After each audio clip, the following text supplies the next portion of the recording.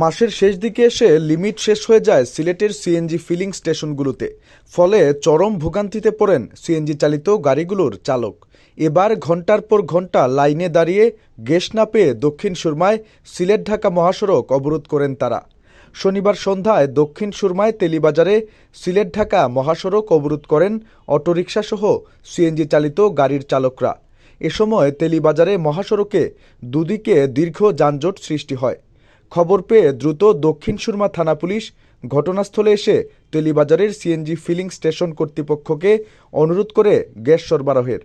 পরে গ্যাস সরবরাহ শুরু হলে চালকরা অবরোধ তুলে নেন। পরে পুলিশ যানবাহন চলাচল স্বাভাবিক করে।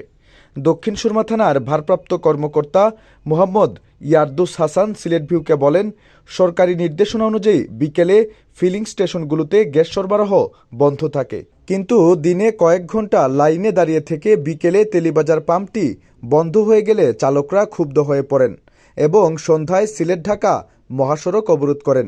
খবর পেয়ে আমরা দ্রুত গিয়ে পরিস্থিতি নিয়ন্ত্রণ করি এবং ফিলিং স্টেশন কর্তৃপক্ষকে গ্যাস সরবরাহের অনুরোধ করি। পরে অবরোধ তুলে নিলে আমরা যান চলাচল স্বাভাবিক করি।